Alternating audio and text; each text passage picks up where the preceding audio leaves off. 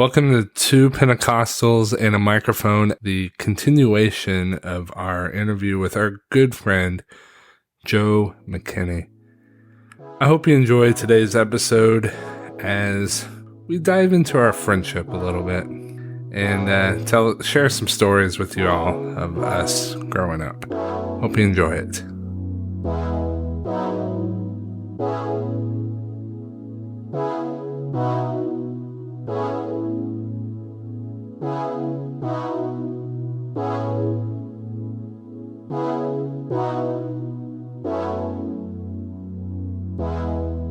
In this episode, like I said, we have our good friend to the podcast and personally to Jaredith and I, Mr. Joe McKinney.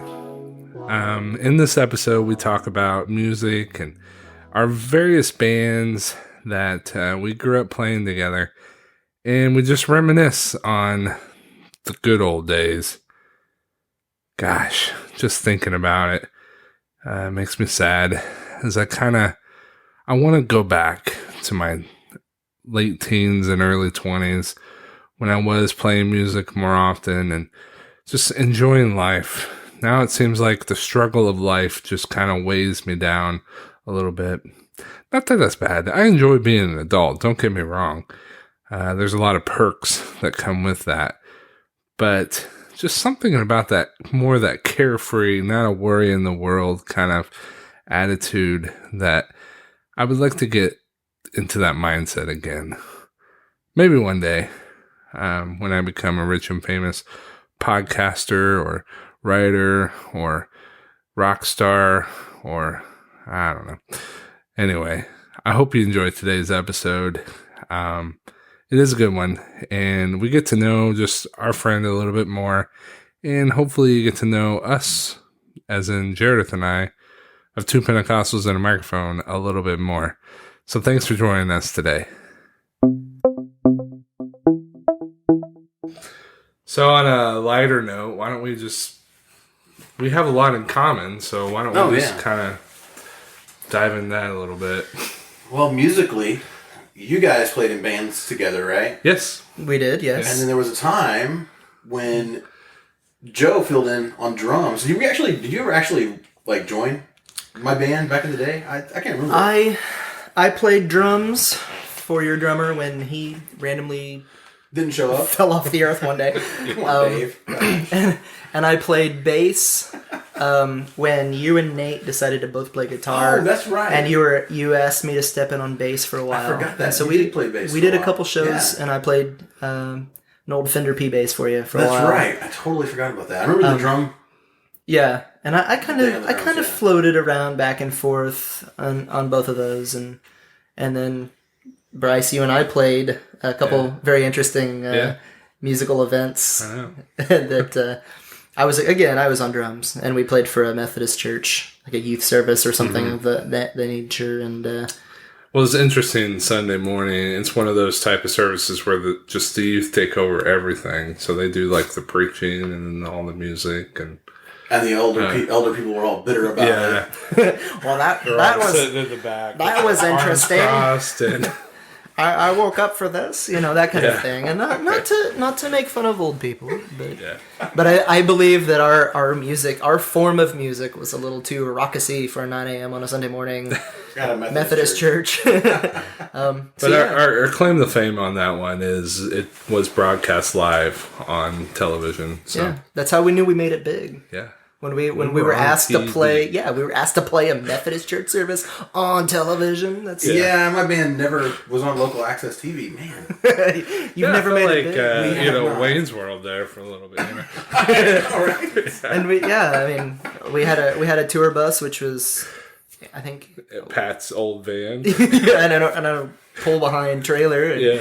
And we toured the Methodist Church of Seymour, Indiana. Wow. Which is great, It was a lot of fun. I had a lot of fun doing that. Oh, I did too. Yeah. I had to do some crazy things to my drum set to kind of tone it down in a right. I just remember the plywood, and I remember Aaron, Pat, and I were just kind of talking amongst ourselves, like, what in the world is he doing? But I suppose, learning now, it was to control the the overtones and the reverb that was in the bass drum. So normally you'd throw like a piece of felt or something in the drums, and that just wasn't cutting it. And so I tried using like pillows, and that wasn't cutting it. So finally I just got like 3/4-inch plywood and cut it down and put felt on the bottom, and then packed as much stuff in that soft stuff in that drum as I could. And finally it was like quiet enough to play in a Methodist church that you could hear the guitars and the singing, and I wasn't just killing it behind everybody. So Right. And it worked. I mean, I wouldn't say it was amazing, but it did something. It was functional. Yeah, it was great. It served its purpose. Good enough for local access TV. I mean, that's better than my band ever was. So. Yeah, and they kind of gave me some grief about that, but it worked. That's what matters. Yeah, we got through it. That's awesome. And I played with Jared's band. It's kind of subbed around on drums and bass and whatever they really needed at that point. So I think Those were fun times. the drummer disappeared for a while, and so I think actually the one Sunday we played at the park on a Saturday, and he was there, and then we played the Sunday at our church for like Youth World, and I remember what happened. He was loading his 4-wheeler in his truck, and he accidentally drove it through the back glass of his truck. What I never figured out was why he couldn't just come and play the drums and then fix his window. But he was like, I don't know, he really had to get it fixed right then. So. Yeah. It's okay, I forgive you if you're listening. But Joe stepped in, and did a fantastic job. I mean, it's better than the rest of us. moved to bass, played bass for a few shows with you guys, and kind of again, jack of all trades, master of none. I'm not really good enough to do anything on my own, but if I'm behind everybody else, we're good. We're golden. That's how I always felt. Like I feel comfortable singing, and I always play guitar just because I had to, because it seemed like nobody else played at the time, and at least in my circle of friends. It was like everybody played the drums. Nobody played the guitar. So I had to learn enough to get by, and I just never went beyond that. So I always was self-conscious about my playing, but I did it anyway because I knew I had to. Like, we got to have something besides the drum and bass. Right. No, you don't. No, I guess you really don't. No. You can do like a opposite White Stripes kind of feel. That's true. It's true. All the songs are really low and kind of grumbly, and you just have to like sing into it, scream into it. Yeah. Might be something more for a little bit heavier than typical church music. Probably. It's Spinal Tap's that. I forget the name of the song now, but it was all bass. I know which one you're talking about. Yeah. It's just all bass, just being ridiculous, low end stuff, and that's what the world should be. Yeah, really. Yeah, I can use that. I love bass. Yeah. A really good bass player is the only thing is there aren't that many really good bass players. Right. There's a lot of average bass players. That's really good bass players are really awesome though. I mean, yeah. In fact, I mean, Joe and I played in jazz band together. We played in jazz band in high school, and then that later went into an actual kind of a combo type band. So what did you guys play in high school? I played several different things. We were in the drum line together, and even in the percussion section and concert band and drum line and marching band. And so I was a guitar player, but I played bass for jazz band. Okay, like stand-up bass.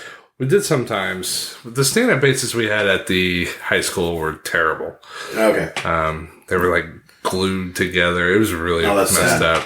Yeah. I think they were, I don't know. They must have been there for ages. But, so most of the time I play electric bass. But, but I had a lot of fun, and those are some of my favorite memories probably.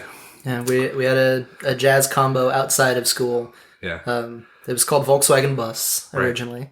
And then it was renamed because I don't really know why it was renamed, honestly. I was not consulted in that meeting.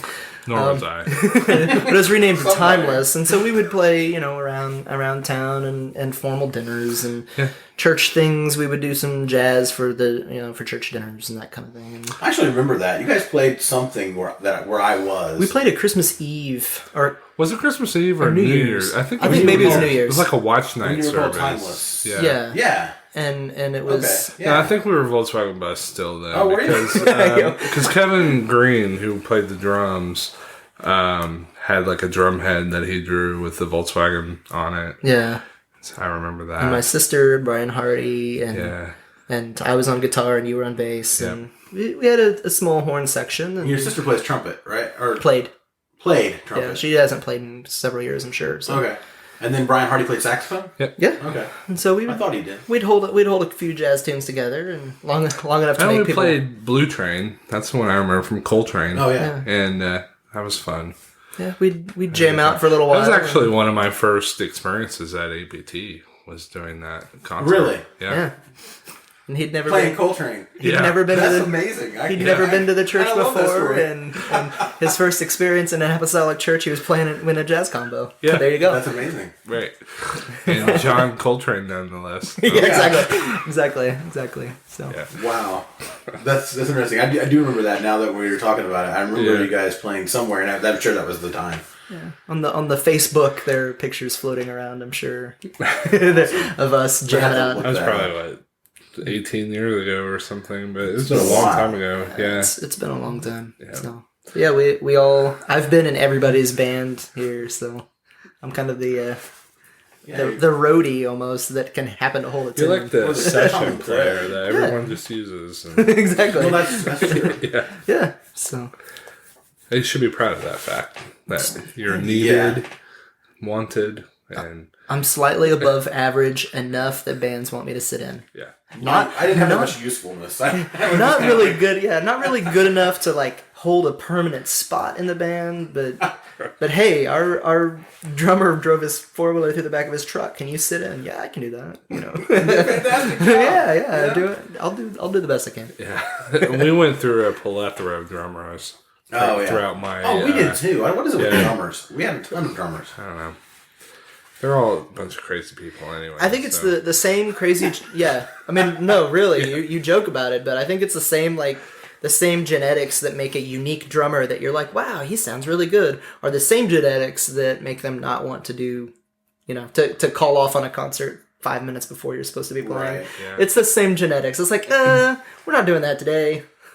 Oh, yeah. So I completely. I mean, I was a percussionist. I completely understand. So.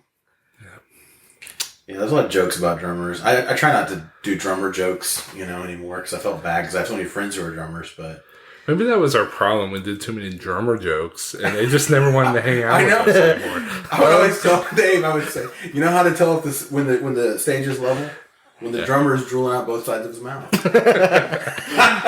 That kind of stuff. And that might be why he left. I don't know. Yeah.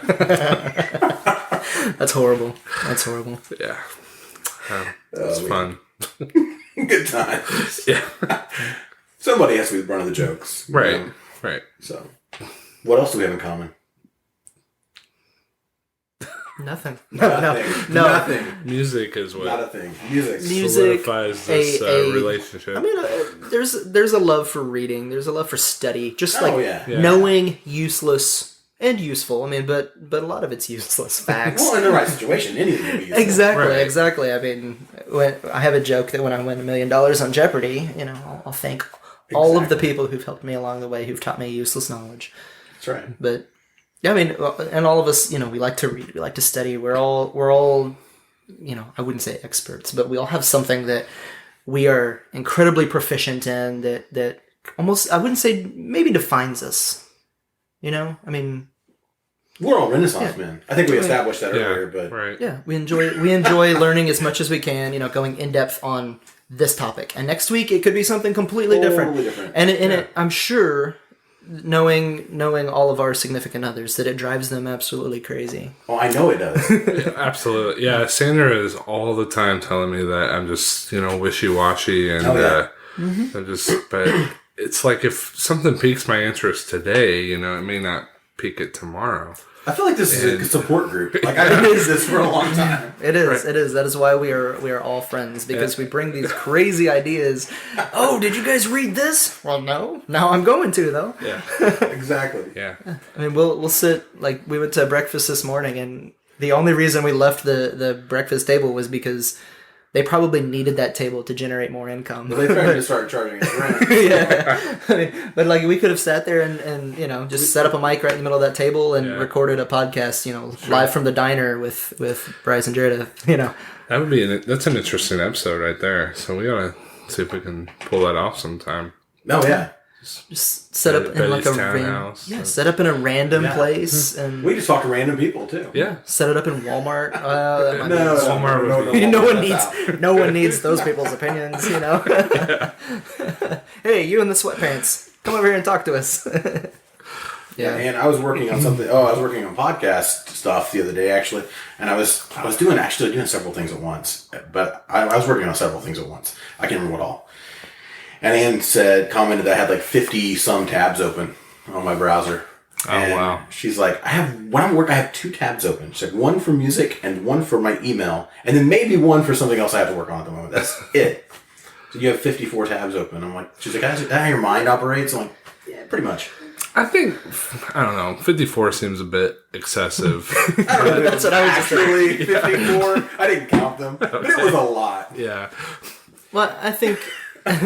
So I think there are 2 types of people in the world. There are the ones that have 54 tabs open and they work a little bit on each tab. And then there are the ones that have 1 tab open. It's open for 20 minutes. They do everything they need to do on that tab and they shut it down. They open another one. And they'll do 54 things in that hour that they're working. Right. See. And then there are people who have 54 tabs open over the course of an hour. I am That's second. Me. No. Like I will close it down, open it up, do the next thing, close it down, open it up, do the next thing, close it down, And I hop around way too much, and I power through. I might do 54 things, shut it down 54 times in the course of that, but which is how you get a history degree and 6 minors, and now going back to be a pilot. Exactly.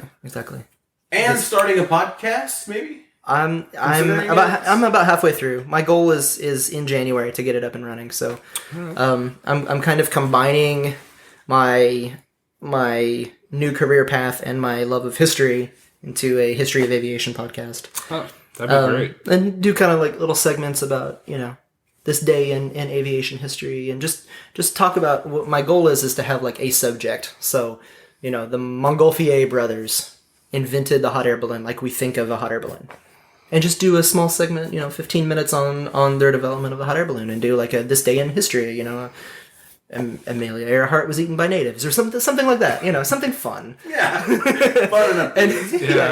And and so that pardon the pun, has been grounded for a couple months now, and hopefully we'll get that back up and going. So I've got all the equipment and just haven't had time with all the holidays and all of that. I just haven't had time to do it. So it's a matter of carving out that hour on a Saturday to punch out 2 episodes and get rolling. So yeah, it's tough. It is really tough to get. Well, just in the last month and a half or so, we've struggled to just find the time to record, and so we've had to make decisions on what episodes need to go where and how we were going to. Get our episodes out there, just because we haven't been able to record as many as. Which one got to get bumped, and then the other one said the wrong episode number in the beginning, and we confused ourselves a little bit, but we got it. I think we're kind of back on track. The holidays really wrecked our schedule, though. I think after the new year, we'll probably pretty much get back to a regular schedule, but love to have an episode every week again, but yeah. Well, I will tell you that I judge my weeks based on how many 2 Pentecostals episodes come out, and so I've been on my antidepressants the past couple weeks, guys. I mean, really, I've been, this is one of the theology podcasts that I tune into every single time it pops up, and you guys are letting me down. Oh, I know. I'm kidding. But tried. Yeah, no, you tried to let me down. Lately it may seem that way. But. No, it's one that I and Jared and I've talked about this. Like when an episode pops up, I'm always interested because I don't always agree. Right. But sure. I love the perspective. Mm-hmm. I love, and I see that as something that's missing a lot of times. Today we think of discourse as being, well, it's my way or the highway, and if you agree with me, great, you'll be behind me 100%, and if you don't, then shove off. Take a long walk off a short pier, Yeah. And even I know for a fact that even if I don't agree with something you guys say or one of your other guests say or whatever, that I will get a new perspective. I will get a different opinion than my own. And that makes me more well-rounded. Even if I don't want to, I don't want to think about there are other options out there. But it helps me think about, in the future, when I'm talking to someone about a subject that's controversial, because they say don't talk about politics and religion. Well, it's because they're both, to some extent, they're both opinions. Mm-hmm. Yeah. I mean, politics is your opinion of how the country should be run. Religion is your opinion on how your relationship with God should go. Exactly. And when I hear something that I don't always agree with, unless it's like way out in left field and, you're one of those aluminum foil hat wearing people, I mean, generally it's got some basis. Why do you think that way? Because of your personal experiences. Mm-hmm. And that's something that I can add to my mentality when I talk to other people. I can think, oh, maybe they think this way because X, Y, Z. Exactly. Maybe they're not completely crazy. Maybe I should listen to their view. If there was more of that in religion and politics, especially those two things, the world would be a much better place. Oh, absolutely. I think so. I think today it's gone, our idea of a debate is basically me ranting and raving and you saying, yeah, go get him. And I don't think that's, right. I don't think that's a debate. I think a debate is when you sit and you talk with someone who has a different opinion, maybe not the opposite opinion, but, has a different opinion of something. And you can listen to their viewpoint and say, I see where you're coming from. It's not my opinion. It's not my viewpoint, but it is a viewpoint. It is an opinion. Yeah. And it should be valid too. It doesn't make it invalid one way or another. And, I think it's also, we come into a debate, or even as a Christian speaking to a non-Christian, that we expect them to change to our point of view. Right. And that necessarily doesn't have to be true. Yeah. You either have, you have two sides of it. You either have the people who are debating you to get a new opinion, and they're debating you almost like a devil's advocate kind of thing. Like they want to see how firm you are in your faith, in your feelings. Mm-hmm. And because they don't necessarily know what they think or what they believe, and they're looking for a reason to go this direction. Or you have the people who they have their set faith, they have their set ideology, and when you debate them, if it's something different, they're going to dig in further. They're going to dig their heels in, and you're completely wrong, and now I know you're crazy. I suspected it before, but I know you are now. And I think, too often we're that second person where, I debate with you for an hour and I come away thinking you're crazier than I did when I first started talking to you. Right. And we don't even think we don't think to sit and look and say, hey, they've had a different life than I've had.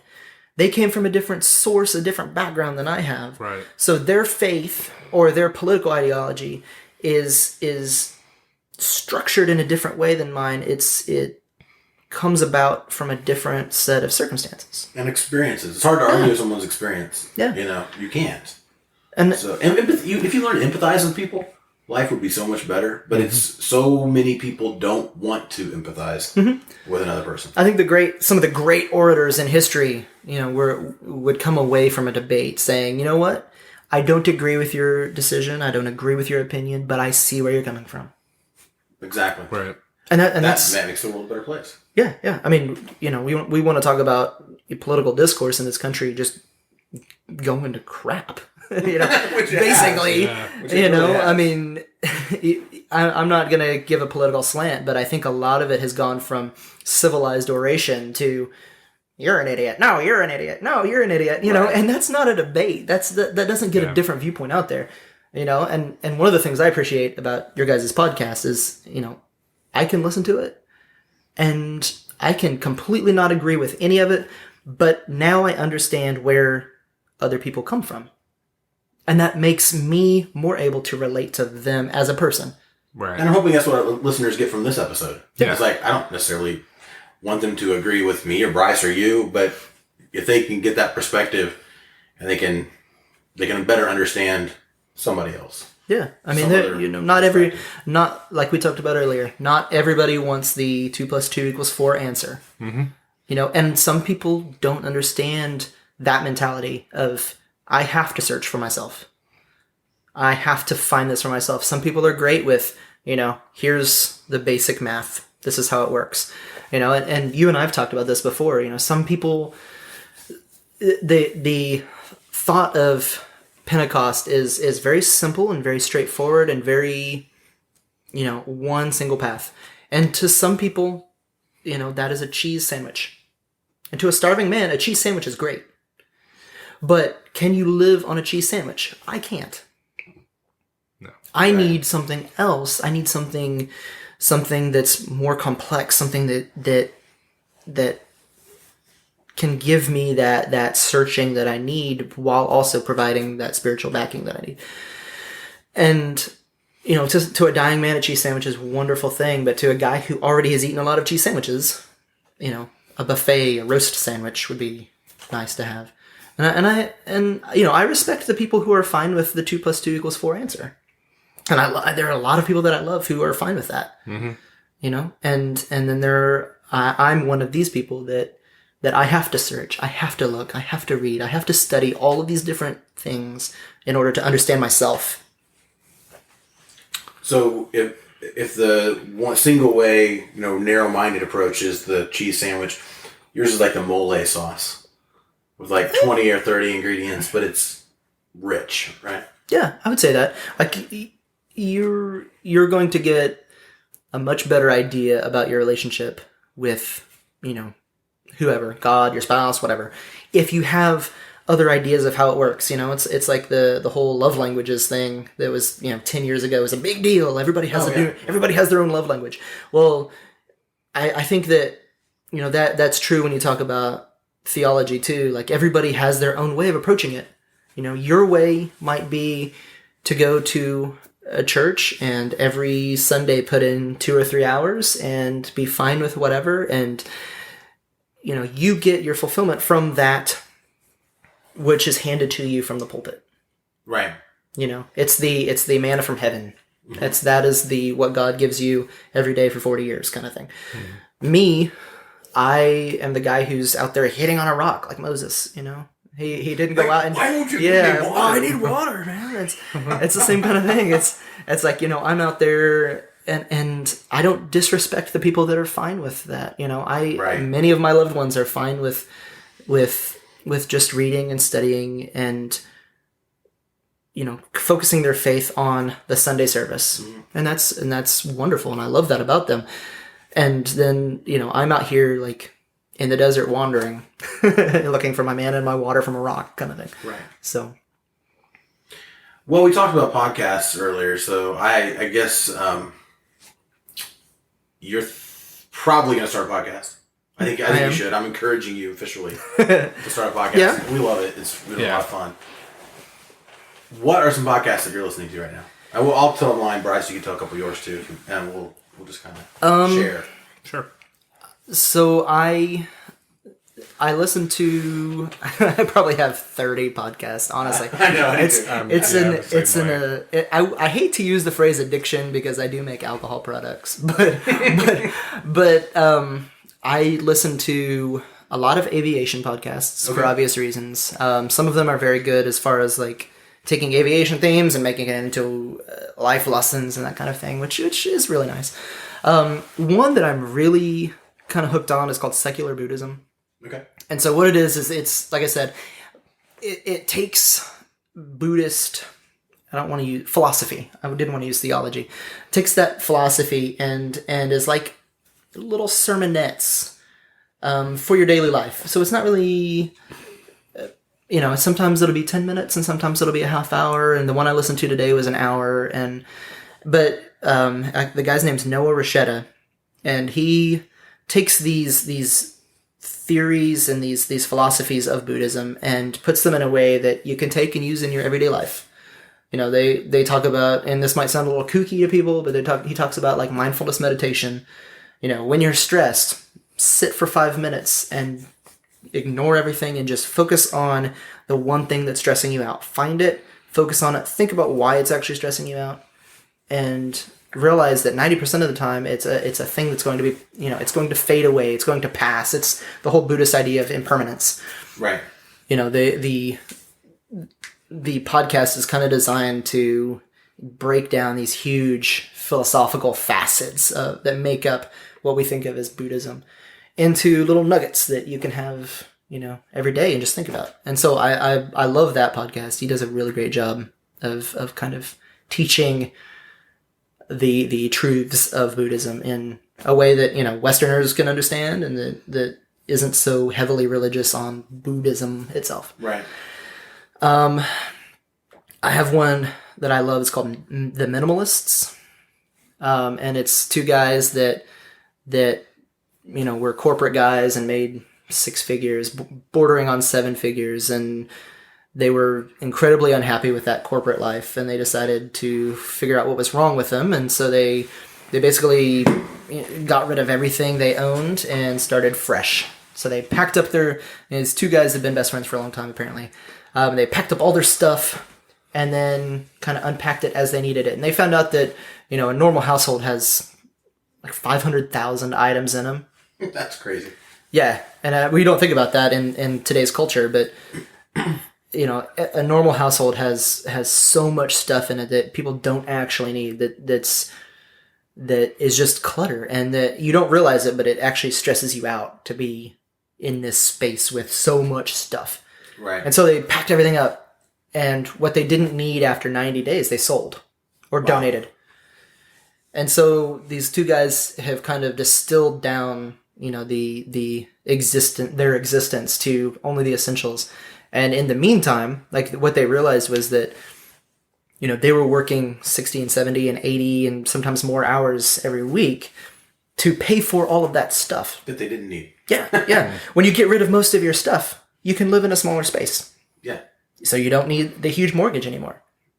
When you get rid of all of your stuff, you don't have, you know, as much stuff to dust and take care of, which gives you more time to visit your family and your friends and make memories, as opposed to taking care of the stuff that you have that forces you to work so that you can buy more stuff. And you don't have that stressful 80-hour week job anymore. Yeah. Right. So it's a really interesting podcast, and I've really started. Myself. I mean, yeah, your wife and your child might prohibit that, but it's a very fascinating. You know, I'm single and I'm 31, and so I have some.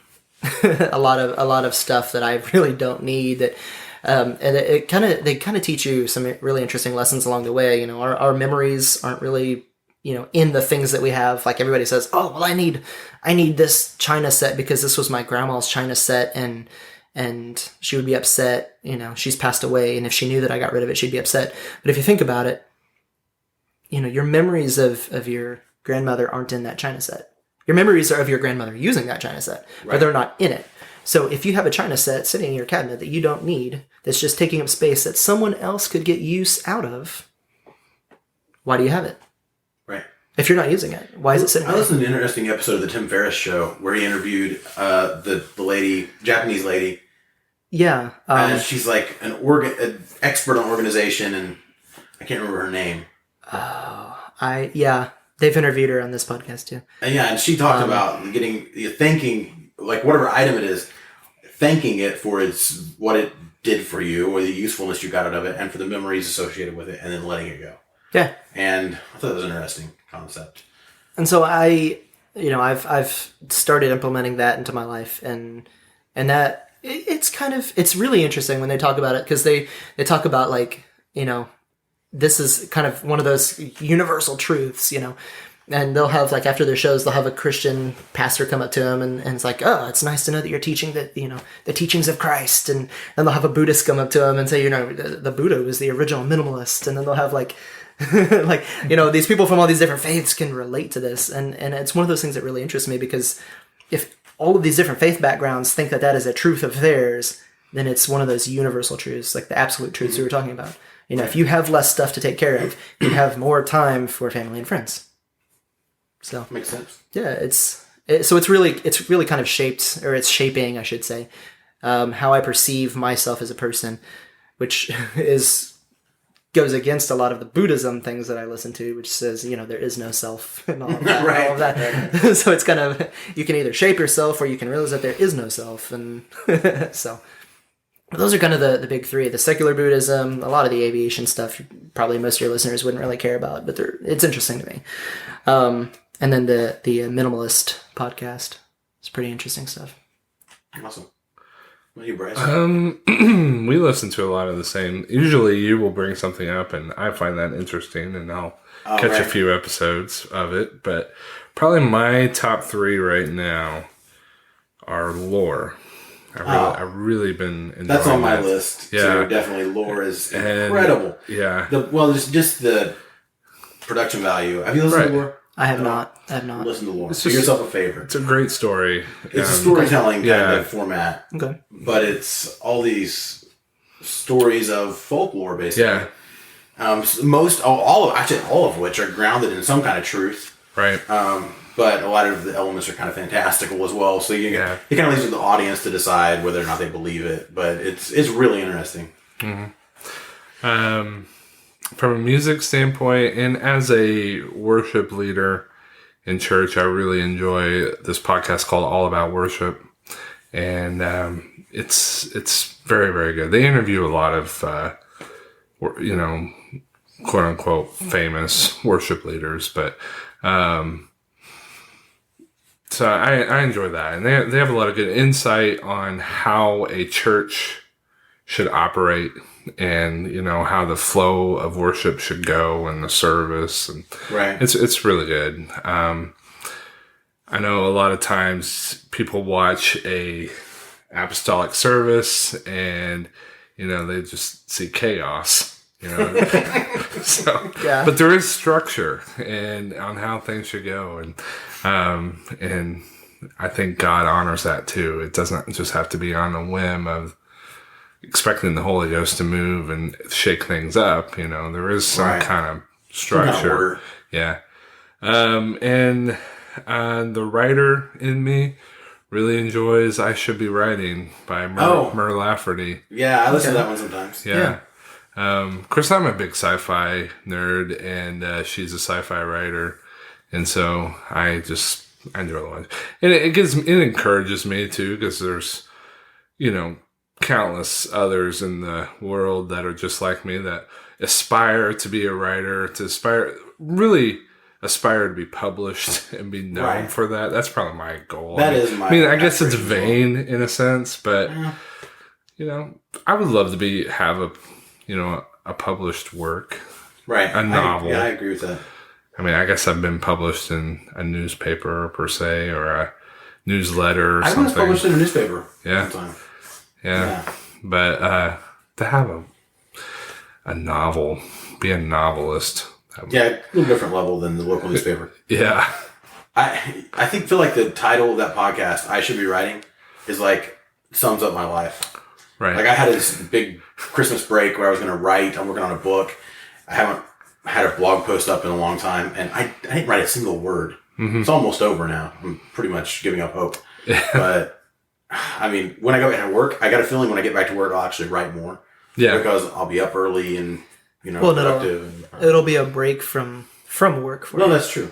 When your life is busy, that's when you need the break the most. That's true. Yeah. When this break, I've been hanging out with family and, You've been doing relaxing for this break. And so you haven't felt the need to produce because you've been spending time with your family. It's true. Yeah. Now you don't have to feel so bad. I don't feel bad anymore. Don't feel bad about it. I don't feel bad anymore. But at the same time, listening to the podcast, I feel takes away from me actually writing as well. So I should be writing. I'm listening to your podcast. Yeah. I shouldn't be listening to this. I should be writing. But you need to email her and make that point. Yeah. Be like, your podcast is a distraction to me as a writer. I'm trying to produce and you're keeping me from producing, Unless you're putting something inspirational on there, don't talk. Right. Exactly. But that's the thing. Most of the time she is. It's pretty inspirational. Yeah, well, the content and a lot of her struggles are relatable, Yeah. So then think of it as research. Right. Yeah. I'm researching for the book that I'm going to write someday. That's my listening to all the podcast listening I do. Wide varied podcast listening. Yeah. Research. And I know I said I mentioned my top 3, but another really great one. This is a history podcast, but it's Tides of History. Oh, Tides! I'm not listening to that one. That one is very good. I like Dan Carlin's hardcore history, but it's so long. I feel like 13-hour episodes get kind of old. I feel like they're really great. I take it in parts. Yeah, and I feel like it takes me a long time to get through them. Yeah, I miss the I don't retain the information as much as I do listening if I listen to an episode straight through. Yeah, and because sometimes I break those parts up, and it might be a couple weeks before I get back to it. Yeah, I do the same thing. So it's like I feel like I have to re-listen to it to catch up. And the Tides of History are just like an hour long, maybe an hour and a half the most, and it's really good. So. One thing that we were taught when I was a history student at Purdue is that you only retain 10% of what you hear. Like if you're listening to a lecture, you retain 10%. If you write it down, you retain more like 50. Right. So listening to a podcast, you need to listen to it 10 times, before you understand the whole fact. And those 13-hour episodes are really hard to listen to 10 times in a row. yeah. I mean, there goes the whole month of January, just pounding out one episode, of hardcore history. And another one that I really like, and I don't think it's appropriate for children. Okay. And is Mike Rowe, the guy who did Dirty Jobs. Oh, yeah. He has a podcast, and the name is... The Way I Heard It. That's the way I heard it. Yes, The Way I Heard It. You know, it's funny that you say that's not for kids, because that's Aiden's favorite podcast. Well, and he's 9, but I preview the episodes first. Yeah, I was going to say, you'd have to preview them, because some of them, I mean, and maybe it's because I'm an adult, and I understand... like some of the inflection and the terminology he uses, but those 15 minutes long, and he'll teach you a small segment of history, and that really to me is pretty cool. It's great too because he always has that twist at the end. Yeah, I love how he signs off. Do you guys? Anyway, that's the way I heard it. I mean, do you remember the old Paul Harvey used to do? Yeah. He used to have a segment in his radio thing that he would do, and it was the same theory, 10 minutes about something that happened historically. Right. And it's the same kind of setup, and I think that's kind of where Mike Rowe is taken over now that Paul Harvey has passed away years ago. But it's that same kind of interesting listen at history. Mike Rowe has a great voice. I mean... Yeah, you can listen to it all day. Yeah. But I wish I had his voice, honestly. Well, you could kill him and take it. I don't think it works that way. No, it's true. Yeah, if it did, yeah. Sounds like a Batman villain plot there. Yeah. Kill Mike Rowe and take his voice. Yeah. You know, and this brings me to one of my podcasts. This is kind of morbid, but I do listen a lot to serial killers. From podcast, and there are several serial killer podcasts. But the one that's called Serial Killers by Parcast is actually, it's really good, but it's really disturbing. Don't listen to them a lot or late or night before you're going to sleep. But there was I think I heard it on this one. I may have heard it somewhere else. But there was a serial killer operating in Australia during World War II. He was an American soldier who was murdering women. He'd get blackout drunk and he would kill them and he wasn't trying to kill them. He had some serious mental disorder, but he was trying to choke them, and in his mind, he thought that he could, at that moment when they stopped being able to scream, that he could take their voice. And he would sing to himself in a woman's voice and try to mimic his mother singing to him. And then he would try to steal these women's voices. Really crazy guy, obviously. But he was put to death because there were so many issues with, I think they called it the brownout or something, where so many of these soldiers, U.S. soldiers, were in Australia and they were getting drunk and causing problems because they weren't in the theater actually fighting. Yeah. And they were, so anyway, to save face with the Australian government, they felt like they couldn't give him a pardon and put him in a mental hospital, so they ended up putting him to death. But yeah, he was trying to steal women's voices. It was really strange. And he just couldn't understand why it didn't work. And he didn't, that's really strange. But anyway, I'm not saying I would do that. I'm just saying, it's been done. Yeah, right. It didn't work. I mean, that was just a crazy idea out of my head, but apparently someone else tried it. Yeah. Someone else tried it. No, I thought I was being completely. I was being completely crazy. It's true. I mean, not that it works, but someone's done it. Well, it reminds me of so the guy who writes Dilbert comic strip has a bunch of books out, about writing the comic strip and what life is like in the corporate world, because that's what he did before he started the comic strip. And there's a chapter in one of his books where he talks about that very thing. Like, he's like, the crazier that I make my comic strip, the more I get letters from people saying, that actually happens. In my office, that happened on Thursday. And it's kind of scary to think about, It's kind of, I'm stealing people's voices. There was a guy doing that in the 40s in Australia. Humanity's really interesting. Yeah. Well, I think my top 3 probably at this point, Tribe of Mentors is a new one I started listening to, a new Tim Ferriss podcast, but it's short form. Some of his interviews are really long, and this is one I would say with caveat. If you listen to the Tim Ferriss show, you know what it's about. But some episodes you're going to want to skip, probably some you're going to, But typically really good content, and Tribe of Mentors has been really good because it's more short form, distilled. But I do drive a lot, and I like to listen to longer podcasts. So I'll listen to. There's one I've really been enjoying called Extra Pack of Peanuts.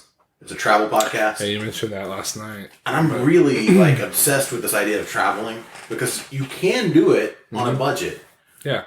Just not if you go. We were wanting to go to Estonia, actually, to visit some missionaries that we knew there. And I've always been interested in missions work. And I felt like a call to, do. I don't know if it's foreign missions or not or what. I'm still trying to work all that out. But we were planning on taking a trip over there and spending some time in that country, and it was like $9,000 or $10,000 for 3 round trip tickets. Yeah, wow! But I found out through this podcast and then a little research, I can fly to London for like $1,600, all 3 of us round trip, London and back.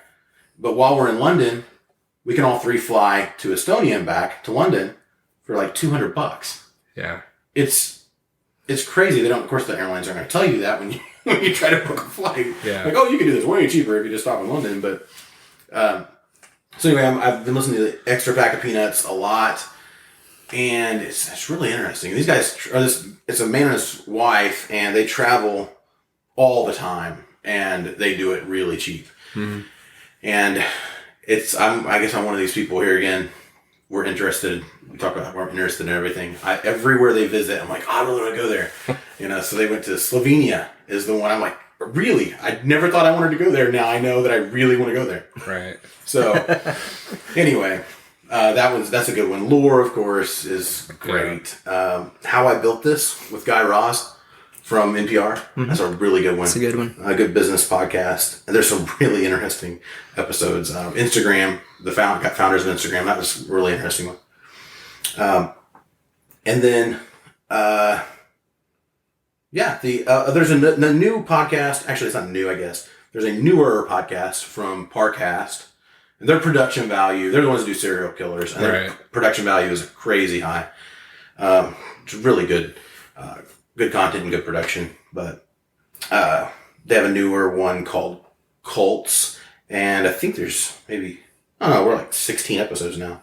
I guess I'm one behind, but so it's been out a little while, but it's really good, really interesting. I think religious cults to me are super interesting, and it's really amazing the things that people will do to try to control other people, it's mind-boggling to me. But I think it's crazy stuff from like Heaven's Gate to like Om Shinrikyo, and it was the newest one, I think, Om Shinrikyo, Japanese cult that was going to try to destroy the world. It's mind-boggling. Like how a lot of times religion, that's not always religious cults, but a lot of times they're religious. How a lot of times they start in a fairly good place, and they end up really way far off in left field and trying to kill people or kill themselves or whatever. It intrigues me. Yeah. I think it's more interesting how the people fall into it. Yeah. And stick with it. Yeah, the human psychology of kind of ignoring something that, especially like as they get more and more off-center. Yeah, all of a sudden the leader starts killing people and you're still hanging around. Yeah. What is going through your mind? Defending them and... Right. It's kind of that, are people that desperately grasping for straws that they would go and think, that's normal. Right. It's really, really amazing. Yeah, it's it's very interesting. That type of psychology really, it's kind of fun. Yeah. Interesting, fun. And terrifying. Yeah, exactly. Because most of these people are like fairly normal people, just on some level. Like the one, it was an Australian cult, actually, I think that I was listening to. What's with that place? I don't know. There's a bunch of crazy people down there. The Down Under. Yeah. It must be insane or something. Something in the water. Well, it did start off as a prison colony, let's be honest. Well, they were kidnapping kids, like, for the cult leader. And it was really, really strange thing. And anyway, they finally brought this cult down and rescued all the kids. But there were a lot of doctors and really well-to-do, upstanding citizens who were part of this cult. And that's what amazed me, is how do intelligent, fairly normal, functional citizens get sucked into something like that? It's crazy. Yeah. I don't know. Could be your neighbor. I'm not in a cult, so I don't understand it. But no. I'm not either, but I do know some people. Actually, crazy story. My dad's stepdad, which was basically my grandpa growing up. Step-grandpa, yeah. Yeah, step-grandpa. He went to Jim Jones's church. He was in Indianapolis. Oh, wow. And then he moved to California, and then, of course, eventually to Guyana and all of that. Everybody. Yeah, mass suicide. Jonestown, yeah. Yeah. Luckily, he left when it started getting crazy, or when he moved to California, whichever. Yeah. But, yeah, close call. for your family, yeah. For my family, yeah. So. That's fine. Well, thanks for joining us today. Well, I'm thank you, Joe. I'm glad you guys invited me. And taking the time out of your day and you drove some distance to get here. Yeah. So I appreciate that. An hour drive on treacherous, icy road. Well, it's not that bad, but yeah, a little bit of snow on the side streets. So. Yeah. It was just enough snow that all the idiots stayed in, I think. So it was good. Yeah. So, but yeah, anytime you guys want to have me back. Sure. Yeah, if you need some more crazy ideas and all of that, let me know. All right. Yeah. Will do. Thanks for joining us today and listening to our podcast, Two Pentecostals and a Microphone. And thank you, Joe, for taking time out of your day, out of your busy schedule, your busy life, to come record with Jared and I on today's episode. Part 2, we did part 1 and we released that earlier. And it was a great episode, and I think this was a great episode. Hope you enjoyed it. And we would love to have you back sometime. So you are more than welcome to come and share some more deep thoughts of Joe McKinney and his opinions on various topics as we discuss theology, faith, and culture on Two Pentecostals and a Microphone. If you'd like to join the conversation, you can find us on social media at Two Pentecostals. That's on Instagram, Facebook, and Twitter. You can also check our website, twopentecostals.com, for show notes, news, and links to Bryce and I's blogs. Also, it really helps us out if you can go to iTunes and subscribe, rate, hopefully 5 stars, and leave a review. It really helps us get found in the rankings, and we truly appreciate it. See you next time on Two Pentecostals and a Microphone.